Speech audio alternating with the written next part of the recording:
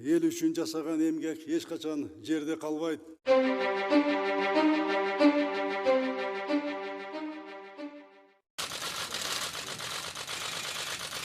Уважаемый Андрей Шарифович, спасибо, что приехали.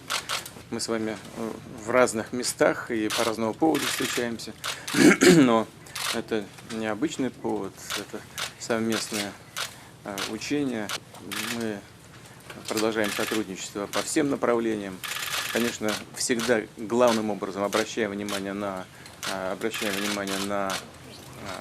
наше экономическое сотрудничество. И здесь нам есть что показать, потому что оно развивается успешно. И рост показали в прошлом году 17%, в этом году уже рост продолжается. Но и военно-техническое сотрудничество, военное сотрудничество идет своим чередом, продолжается. То, что и ваши подразделения принимают участие в этом крупнейшем для всех нас военном событии, это очень важно. 128 тысяч личного состава, 600 летательных аппаратов, это действительно очень важный этап подготовки наших вооруженных сил на случай отражения любых непредвиденных ситуаций, в том числе и связанных с борьбой с терроризмом. Мы, как страны ОДКБ, для нас это особенно важно. Мы продолжаем работу и в рамках этой организации, но и вот в ходе масштабных учений подобного рода наши подразделения оттачивают свое мастерство. Я очень рад вас видеть. Уважаемый Владимир Владимирович, очень рад нашей встрече. И радуюсь, что наши встречи стали регулярными.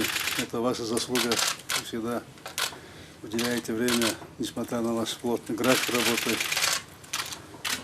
И поздравляю с успешным завершением военных учений. И вам спасибо большое, что пригласили меня на эти военные учения. И сегодня, посмотрев эти военные учения, вызывает гордость и воодушевление нашими вооруженными силами. Это очень большое впечатление. И особо хочу отметить, наши военные ведомства активно сотрудничают на двусторонних, многосторонних форматах. Я всегда говорил и много раз говорю, что Кыргызстан для России это самый надежный, верный друг, союзник, партнер. Дорожим и ценим этим нашими отношениями. И мы всегда стремимся реализовать те договоренности, которые у нас в России есть. Именно над этим всегда работаем. Спасибо вам за приглашение. Спасибо.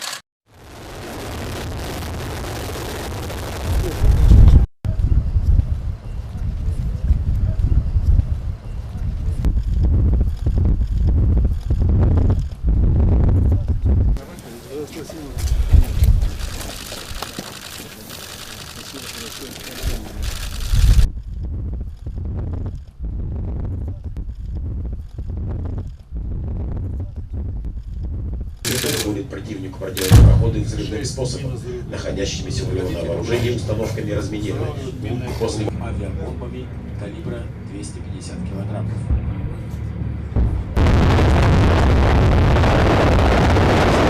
Подавлять активные средства противника и остановить его. Справа вы наблюдаете позицию боевая машина зенитного ракетного комплекса «Стрела-10» калибра 250 килограммов. С малышной высочения гаубиц на 30 на внешнеподвеске вертолетов проводятся впервые. Высокая маневренность позволяет подразделению своевременно занимать назначенные рубежи и наносить поражение противнику на дальности свыше 5 километров. Самолетов Ш-7А, Народно-освободительной армии Китая. Слева и справа в полосе пролета два звена эксплуатированного эшелона. Получив данные результатов технического разрушения.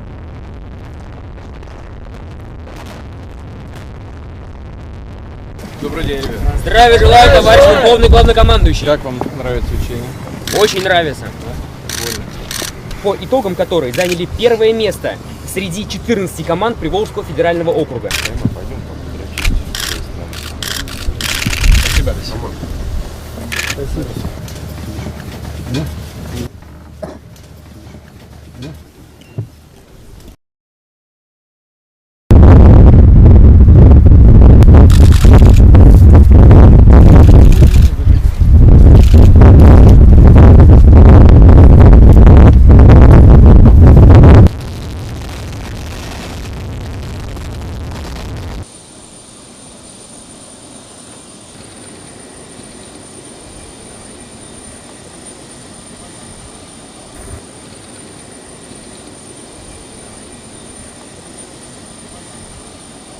Biz bilimge özgöçө элет жеринде сапаттуу билим берүүгө болгон күчтү мына жумшап жатабыз. Biz заманба билим берүү менен гана өлкөбүздүн алдыга жылдыра алабыз. Азыркы күндө билим чөйрөсүндө мыкты жетишкендиктерди көрсөтүп келе жаткан мугалимдер бар. Мына ушундай мугалимдердин арасында алыскы Баткенде балдарды окутуп, жастарга билим берүүдөн өткөн, бал нерсе жок деп жашаган Ирина Васильевна Нефедова бар. Мына отурат арабызда. Ирина Васильевна 50 жылдан ашын Баткенди мектептеринде башталгыч класстын мугалими болуп мына иштеп келе жатат. Ирина Васильевнанын көптөгөн кесиптештери, чогуу жүргөндөрү башка жака көчүп кетсе дагы, бул киши эч жака кетпей, ошо Баткенде биздин балдарга мына сабак берип, тарбия берип келатат. Мугалимдин ыйык миссиясы мына аткарып келатат. Ирина Васильевнаны жана башка бир топ мектеп мугалимдери Кыргыз Республикасынын эмгек сиңирген мугалим деген жогорку наамга таттуу болушту. Сиздерди да куттуктайм. Рахмат сизге. Ирина Васильевна, рахмат. Баткен областынын Кадамжай районундагы Кереге таш айылынын тургуну Мурзапаша Маматов даңк медали менен сыйланды. Мурзапаша аксакал узундугу 8 чакырымга жакын турган ирригациялык каналды өзү долбоорун жасап, жалпы элди көтөрүп, ошо Кереге таш айылы менен бирдикте бул каналды ишке ашырды. Кереге ташта жапырт ашарга чыгышып, бир тоодон экинчи тоого сууну алып өтүштү. Кылымдар бою суу көрбөгөн жерге 40 гектар жерге суу алып өтүштү. Бул азыр бул жерде гүлзарга айлантып, түрдүү мөмөжөс бактарын азыр тигебиз деп жатышат. Бул канал жалаң кол күчү менен бүткөрүлдү. Мен эмнеге буну айтып атам? Биздин биринчи канал мамлекеттик телекомпаниясы жакшы көрсөтүү берди. Кыска көрсөтүү берди, бирок абдан жакшы ушу уюштуруптур. Ошол Кереге таш айылынын жалпы эли ашар жолу менен Мурзапаша аксакал башында туруп, баласы башында болуп, ана ошол жерде коомдук уюм Кыргызстан жаңы айыл кыймылы деген. Алар азыр мына Арда грамотага менен сыйланды ошол коомдук уюмдагы. Олар уюшуп ошо каналды казышты. Эми канал деп айтышса, көп ойлойт аны көрбөгөн кишилер. Бул 8 километр каналды жөндө казып койсо болот деп. Азыр көп жерлерде канал эмес, арык казбай атышат. Жамыр жасып үйлөрдү каптап. Кээ бир жерде казып койгон каналдар казылбай турат, мамлекет казып берет деп. А булардын өзгөчө канал, булар түз жердеки эмес. Бул тоонун боорунда көрдүңүздөр. Тоонун боорунда аска зоодо ошол аскаларды, таштарды кесип, ташты түшүрүп, ошол бийик жерге бетон менен арык салышты. Чоң арык салышты. Көрдүңүздөр, чоң трубаларды элдин күчү менен арка менен алып чыгып, трубаларды коюп, бир тоодон экинчи тоого алып өтүштү. Эки тоонун ортосунда чоң дарыядан декабрь айында ошол трубаларды арка менен байлап, суу кечип, ошол трубаларды тартып өтүп, ошо 40 гектарга чыгарышты. Бул өзгөчө канал болду. Элдин күчү, элдин деми менен, элди уюштурса, эл менен чогуу башында турса, мына көптөгөн ишти бүтүсө болот дегенди мына Кадамжайлык агайын туугандарыбыз мына жалпы Кыргызстанга көрсөтүштү. Мен ыраазычтык билдирем сиздерге. Эл үчүн жасаган эмгек эч качан жерде калбайт. Элдин эсинде, урпактардын сезиминде, тарыхтын барактарында калат. Төрөбай Кулатов менен Султан Ибраимов экөөнүн өмүрү, баскан жолу, мекенге арнаган эмгеги Кыргыз мамлекетинин түптөрүшүнө кошкон салымы ар бирибиздин жүрөгүбүздө сакталуу. Атактуу эки инсаныбыз өзгөчө урматтоого татыктуу.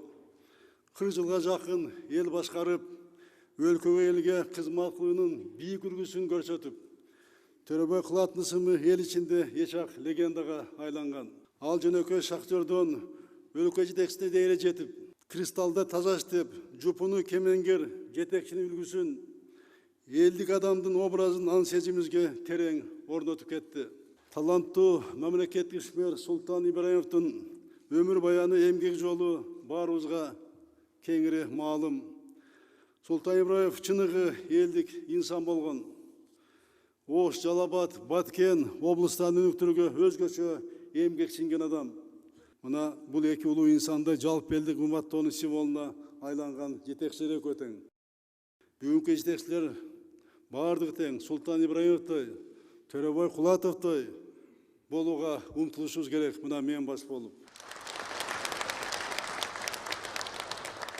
Төрөбай Кулатовго жана Султан Ибраимовго ыйга алган өлкөбүздүн эң жогорку сыйлыгы Кыргыз Республикасынын баатыры деген бийик наамды жана Аксумкар өлкөчө белгисин бүгүн балдарына тапшыруу мен үчүн абдан чоң сыймык.